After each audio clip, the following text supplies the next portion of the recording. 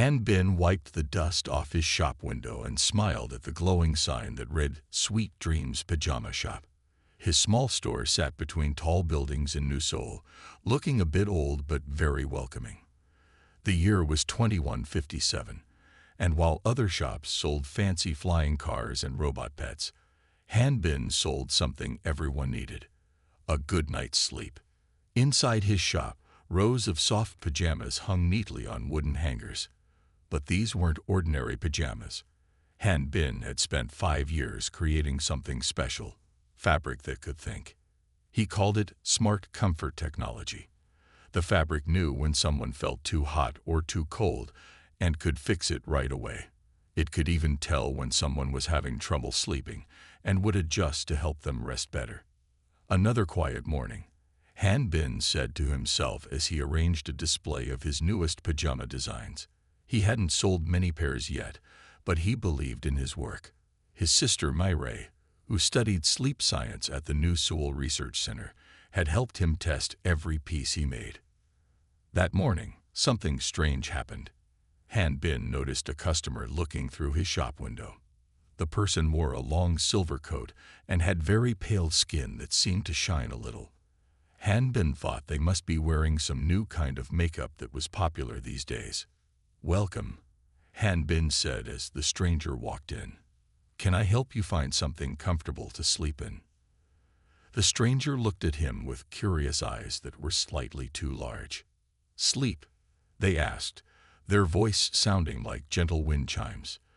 "Your species still needs natural sleep cycles." Han Bin's mouth fell open. He realized this was not a person wearing makeup. Standing in his small pajama shop was an alien, a real alien. In all of humanity's dreams about first contact with alien life, no one had thought it would happen in a pajama shop. The alien moved closer to a pair of blue pajamas, made with Han Bin's special fabric.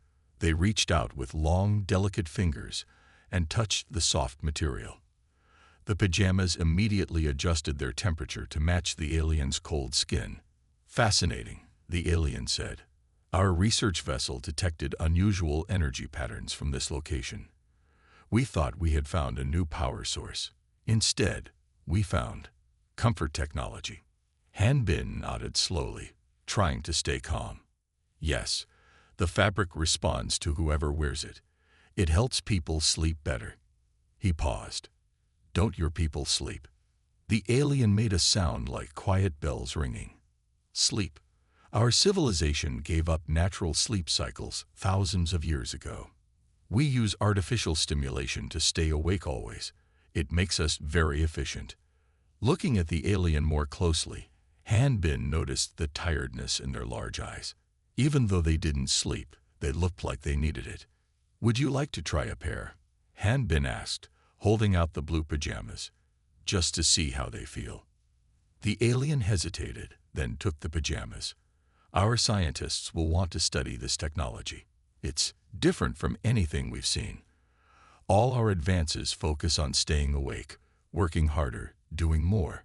But you've made technology that helps beings rest." Han Bin smiled. Sometimes the best way to do more is to rest well first. That evening, as Han Bin closed his shop, 3 more alien ships appeared in the sky above New Seoul. News reports said they were asking to land. Their only request: they wanted to visit a pajama shop. Han Bin looked at his small store and realized everything was about to change. Humanity's first step into the galactic community wouldn't be through weapons or fancy spaceships. It would be through the simple comfort of a good pair of pajamas and a peaceful night's sleep. 3 days after the first alien visited his shop, Han Bin found himself in a meeting room at the New Seoul Research Center. His sister Mireille sat next to him, organizing her research papers about human sleep patterns. Across the table sat 2 aliens, both wearing Han Bin's blue pajamas over their silver suits. "So you haven't slept in how long?" Mireille asked, trying to keep her voice steady. The taller alien, who had introduced themselves as Yun, answered, "Our society hasn't experienced natural sleep in 3,427 of your Earth years. We use special machines to keep our minds alert." The second alien, who chose the name Sun after hearing it from Hanbin, added, "But these garments you created, they make our bodies feel strange, relaxed, heavy." Sun blinked their large eyes slowly. "Is this what tired feels like?" Hanbin nodded. "That's exactly it. The pajamas are helping your bodies remember something natural that they've forgotten." Ray pulled up some brain scan images on her tablet. "Look at these readings. When you wore the pajamas for just 2 hours, your brain patterns started to match our pre-sleep patterns. Your bodies want to rest. They've just forgotten how." Yun leaned forward, their silvery skin catching the light. "But sleep is inefficient. Our civilization advances because we never stop working. We process information constantly." Ray smiled. "Actually, sleep is when humans process our most important information. Our brains sort through everything we learn during the day. We solve problems in our dreams. Some of humanity's greatest ideas came from dreams." Sun touched the soft sleeve of their pajamas. "Dreams? We've read about those in your data files. They're like stories in your mind while you sleep." "Exactly," Hanbin said. "Sometimes they're silly stories, sometimes they help us understand our feelings, and sometimes they give us new ideas." Just then, Sun's head nodded forward slightly. Their eyes closed for a moment before they jerked awake, looking startled. "Are you okay?" Hanbin asked, concerned. I think I stopped being conscious for a moment," Sun said, sounding worried. "Is this normal?" Ray tried not to show her excitement. "You almost fell asleep. It's completely natural. Your body is remembering what it needs." Yun watched their fellow alien with concern. "This could be dangerous. If our people start sleeping, who will maintain our systems? Who will monitor our technology?" "Humans sleep in shifts," Hanbin explained. "Some work while others rest, and when we wake up, we work better because our minds are fresh." Ray pulled out more data on her tablet. "Look at these productivity charts. Humans who get good sleep solve problems faster and make fewer mistakes than those who don't rest. Even your advanced brains need time to reset." Sun's head nodded again, and this time they didn't fight it. Their breathing became slow and steady. For the first time in over 3,000 years, one of their species fell into a natural sleep. Yun watched in amazement as a small smile appeared on Sun's sleeping face. "What's happening? Why are they moving their face muscles?" "They're dreaming," Hanbin said softly. "Their first dream in thousands of years."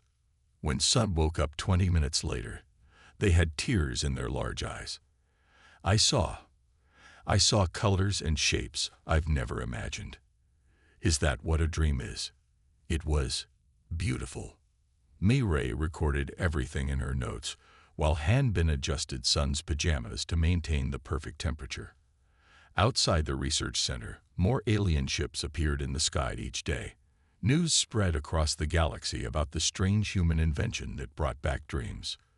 The age of endless productivity was about to meet the power of a good night's sleep, and nothing in the galaxy would ever be the same. 1 month after the first alien fell asleep in the research center, Hanbin stood in front of a beautiful new building in New Seoul.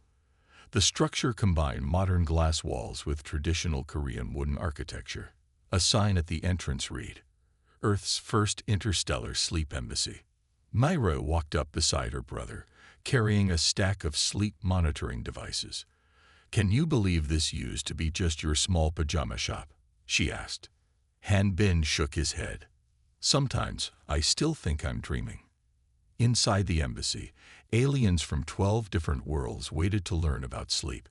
Some had tentacles, others had wings, and a few glowed in soft colors. But they all wore specially made pajamas that Hanbin had designed for their unique bodies. "Welcome to your first sleep orientation," Ray announced to the group. "Today, you'll learn about the art of resting." The embassy's main room had traditional Korean wooden platform beds, each adjusted for different alien body types. Soft lights glowed like stars on the ceiling, and gentle music played in the background. The walls could change color to match each species' comfort needs. An alien with crystal-like skin raised their hand. Is it true that humans spend 1/3 of their lives sleeping? How do you get anything done? Han Bin smiled. Actually, it's because we sleep that we can do so much. Let me show you. He led the group to a display showing human achievements in art, science, and technology. Many of these ideas came to humans while they were sleeping or just after waking up. Mireille added, sleep isn't just rest. It's when our brains become creative. It's when we solve problems without trying. A small alien who floated above the ground spoke next. Our world hasn't had art in thousands of years. We forgot how to make it. That's because you forgot how to dream, Han Bin said kindly. Dreams are like practice for imagination. As the orientation continued, Mireille showed the aliens how to lie down comfortably. She explained how the special pajamas would help them feel safe and warm. Some aliens were nervous, others were excited. A few were already getting sleepy just from wearing the comfortable clothes. In another room, Sun, the first alien who had ever slept, now worked as a sleep teacher. They helped new aliens understand that the strange feelings of tiredness were natural and good. I was scared too, Sun told them. But now, I can't imagine living without dreams. The embassy had quickly become the most important place for alien visitors on Earth. Some alien leaders were angry at first, saying sleep would make their people weak. But when they saw how sleep helped everyone think better and feel happier, they changed their minds. Han Bin walked through the embassy's garden, where aliens rested on comfortable benches under earth trees. Some were reading books about human sleep habits. Others were writing down their first dreams to share with their families back home. A group of alien children played nearby, wearing colorful pajamas and pretending to have a slumber party, something they had learned about from Earth children. They had never played before coming to Earth. Now they laughed and made up games about dreams. Mireille joined her brother in the garden. The galaxy is changing, she said, and it all started because you made some really good pajamas. Han Bin watched as more ships landed in the distance, bringing new aliens eager to learn about sleep. Maybe the universe just needed a good nap, he said with a smile. Above them, the stars twinkled like night lights in the galaxy's biggest bedroom, and Earth had become the place where every species could learn to rest, dream, and wake up to new possibilities. Jai-Ho sat in his new office at the Sleep Embassy, listening to an alien ambassador describe a dream.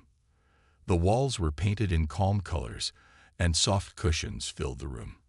As Earth's first interstellar dream interpreter, he had a very important job.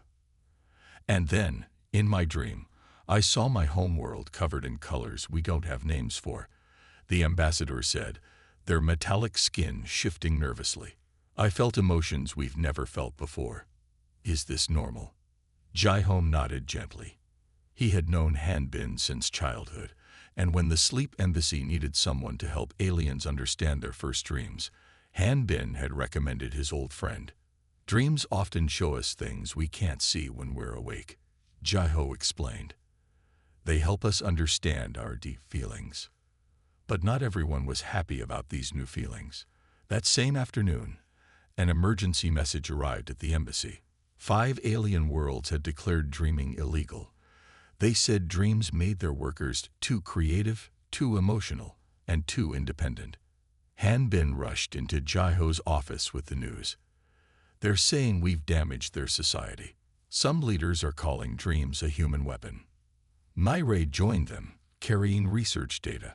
But look at these results, she said. The aliens who sleep and dream are healthier. They solve problems better. They're even inventing new things. Just then, Sun burst into the room. The alien who had first learned to sleep now looked worried. You must help us, they said. My people are divided. Half of us want to sleep and dream. The others want to ban it forever. Families are arguing. Friends won't talk to each other. Jai-Ho thought carefully. What do the dream-banning leaders dream about? He asked. Sun blinked in surprise. They refuse to sleep. They say dreams are dangerous. Perhaps, Jae-ho said slowly, they're afraid of what they might discover about themselves in their dreams. Han Bin had an idea. He went to his workshop and returned with a special set of pajamas. These were made with his newest fabric, designed to give the wearer especially peaceful dreams. Send these to the leaders who want to ban dreaming, he said. Tell them it's a diplomatic gift. They must try at least once. 1 week later, the leader of the largest anti-dream world called the embassy. Their voice shook as they spoke. I had a dream, they admitted. I saw myself as a child before we stopped sleeping. I was happy. I had forgotten what happiness felt like. Jae-ho spent the next month helping alien leaders understand their dreams. Some dreamed of their lost childhood. Others dreamed of new possibilities for their worlds. Many dreamed of colors and music, things their societies had forgotten long ago. In his dream interpretation room, Jae-ho kept a special dream journal. In it, aliens wrote down their very first dreams. Some were simple, flying through space without a ship. Others were profound, seeing their world full of art and music again. Dreams aren't a weapon, Jae-ho explained to a group of alien leaders. They're a window into your own hearts. They show you what you've forgotten and what you might become. By the end of the month, no world had banned dreams. Instead, they asked Earth to help them build their own sleep centers. The galaxy was remembering how to dream, and with each new dream, it was becoming a more colorful and peaceful place. 6 months after the dreaming crisis, Han Bin's small pajama shop had grown into something amazing. The Sweet Dreams Interstellar Company now occupied a beautiful building shaped like a crescent moon. Inside, hundreds of workers from Earth and other worlds created comfort wear for every species in the known galaxy. Mayra walked through the company's research floor, where her team studied different alien sleep patterns. On one table, they tested pajamas for a species made of living crystal. On another, they designed sleeping clothes for beings made of pure energy. The star silk fabric needs to be softer, Mayra told her team, touching a piece of glowing material. Remember, the energy beings feel everything 1,000 times stronger than we do. In his office, Han Bin met with Earth's diplomatic team. The United Nations had decided that pajamas were now Earth's most important gift to other worlds. They called it the Pajama Protocol.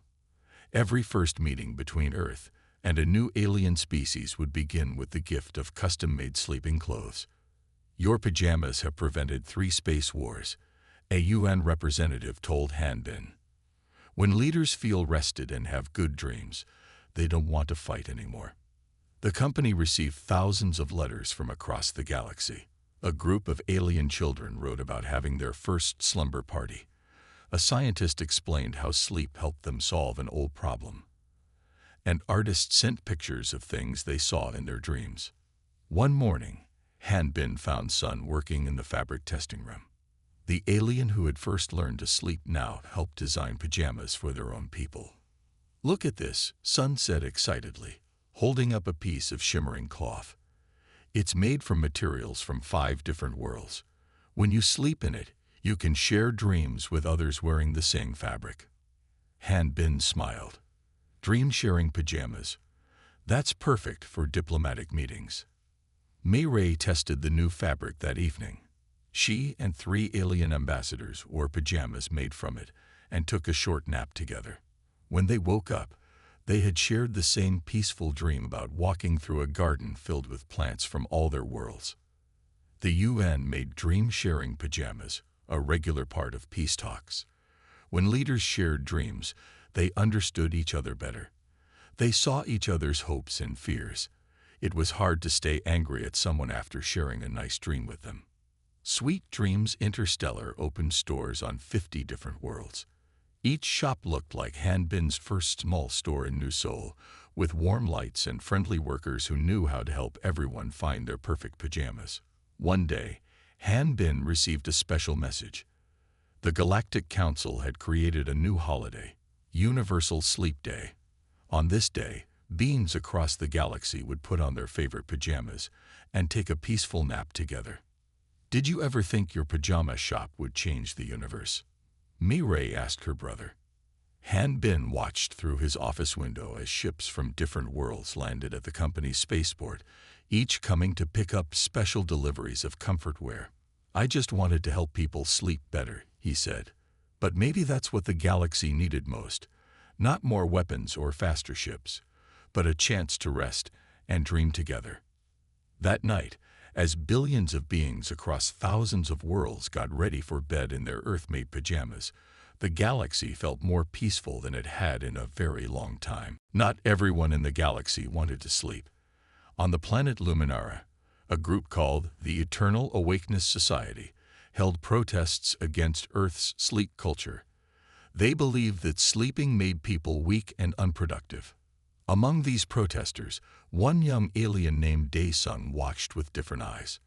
Born on Luminara, Dae-sung had chosen an Earth name after secretly trying Han Bin's pajamas. Now they stood in the crowd, wearing a concealed set of Earth-made sleeping clothes under their traditional Luminaran robes. Sleep is a human weakness. The protest leader shouted. We have stayed awake for thousands of years. Our civilization never rests. Dae-sung looked at the tired faces around them. Even those who spoke against sleep had dark circles under their eyes. Their hands shook from exhaustion. Some could barely stand straight as they held their protest signs. That evening, Dae-sung visited the local Sweet Dreams interstellar store. Han Bin happened to be there, checking on the new location. When Dae-sung shared their concerns about their people, Han Bin listened carefully. My people are afraid, Dae-sung explained. They think if we start sleeping, we'll lose everything we've built. But I've never felt more alive than after my first real rest. Han Bin thought for a moment. Sometimes people fight against what they need the most. Show them they don't have to choose between progress and rest. Inspired by these words, Dae-sung started a new movement. They called it the Rest Revolution. Instead of arguing with the protesters, Dae-sung and their friends wore their pajamas in public. They shared stories about their dreams. They showed how sleep made them work better, think clearer, and feel happier. At first, people laughed at them. But soon, others noticed something different about the Rest Revolution members. They smiled more. They solved problems faster. They created beautiful art and music, things Luminara hadn't seen in centuries. Mireille visited Luminara to study this peaceful movement. She found Dae-sung teaching tired factory workers about the benefits of short naps. Just 15 minutes, Dae-sung would say. Try it once. See how you feel. One by one, people tried. Many cried after their first sleep, overwhelmed by feelings they had forgotten. Dreams showed them memories of their world before the endless awakeness, when people still laughed and played and created. The leader of the Eternal Awakeness Society came to stop Dae-sung's movement. But when they arrived, they found Dae-sung holding a public sleep demonstration in the city square. Hundreds of people lay peacefully on comfortable beds, wearing colorful pajamas, experiencing their first peaceful rest. The leader watched in surprise as their own child, who had joined the Rest Revolution, slept with a small smile. They had never seen their child smile before. Would you like to try? Dae-sung asked the leader kindly, holding out a set of soft pajamas. These are made specially for our people. That day, the leader of the anti-sleep movement took their first nap in public. When they woke up, tears rolled down their face. I dreamed of my grandmother, they said softly. I had forgotten her smile. How much else have we forgotten by staying awake? The Rest Revolution spread across Luminara. People began sleeping in shifts, like humans did. Parks added sleeping gardens. Schools built nap rooms. The endless factories that had run day and night for thousands of years started giving workers rest breaks. Dae-sung's peaceful revolution showed the galaxy that change didn't need anger or force. Sometimes, all it needed was a brave person wearing pajamas, showing others it was okay to rest. Mireille was working late at the sleep embassy when the emergency alert came. A massive solar storm was heading towards several alien worlds. The storm was strong enough to damage cities and hurt people. Scientists said it would last for 3 months. We can't evacuate billions of people in time, the Galactic Council member said through the emergency video call. Our shields won't last that long. What can we do? Myra looked at the wall of her office, where Han Bin had framed his first pajama design. An idea came to her mind. What if we helped everyone sleep through it? She asked. The council member looked confused. Sleep through a solar storm. Like bears on Earth, Myra explained. They sleep through winter in a state called hibernation. What if we could help your people do the same thing? Myra called Han Bin and explained her idea. They would need to make special hibernation pajamas for billions of people. The pajamas would need to keep people safely asleep for 3 months and protect them from the storm's radiation.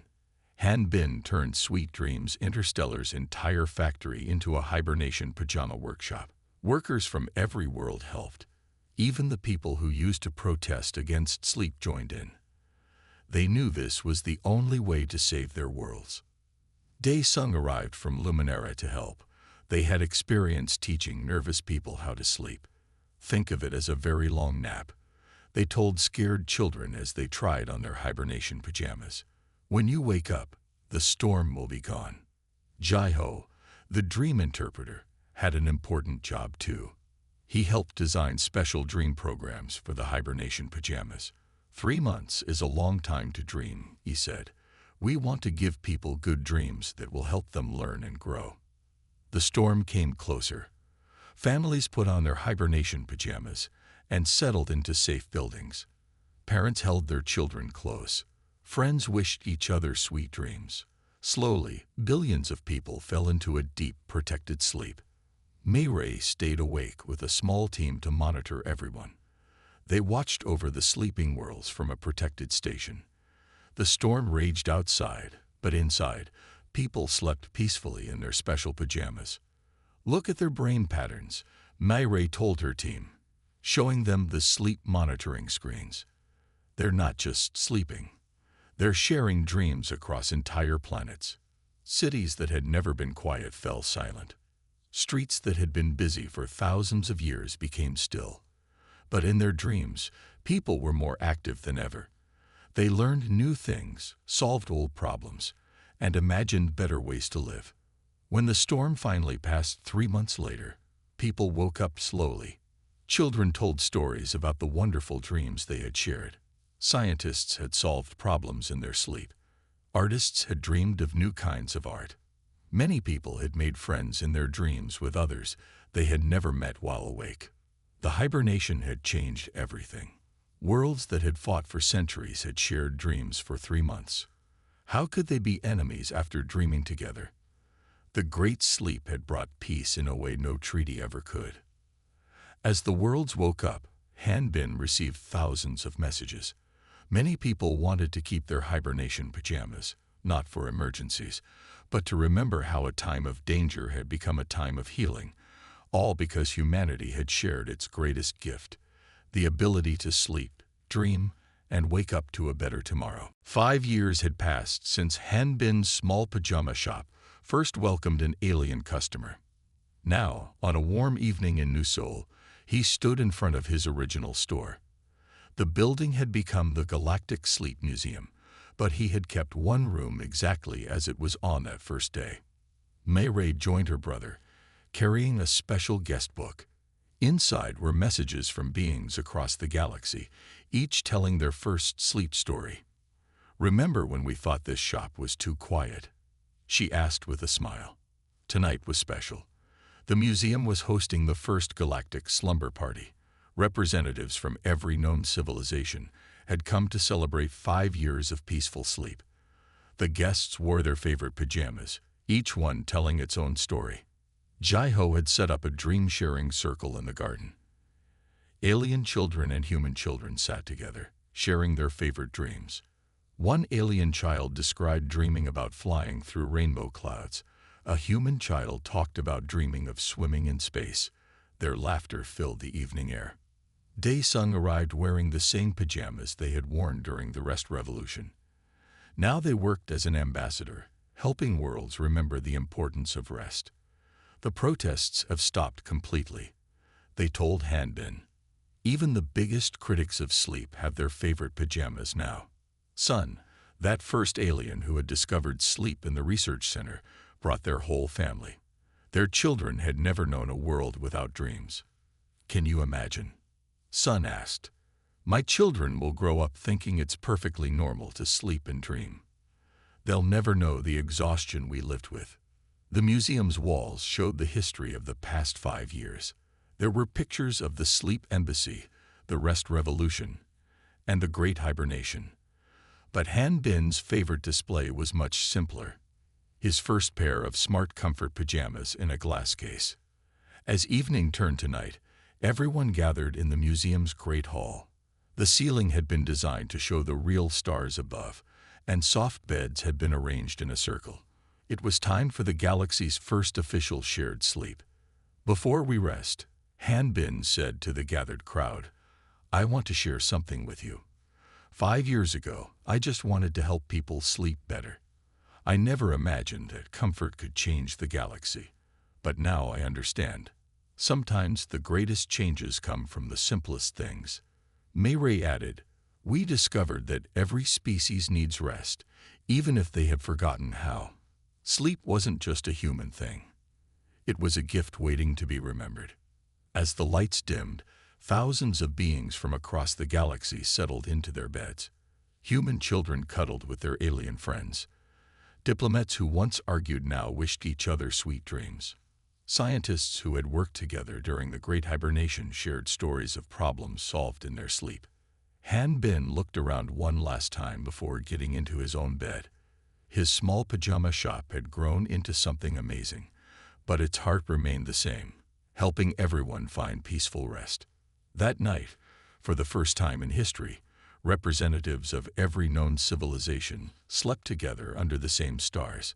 Their shared dreams wove together into a tapestry of hope for the future, a future where no one had to stay awake alone, where comfort was more powerful than conflict, and where everyone could find peace in a good night's sleep.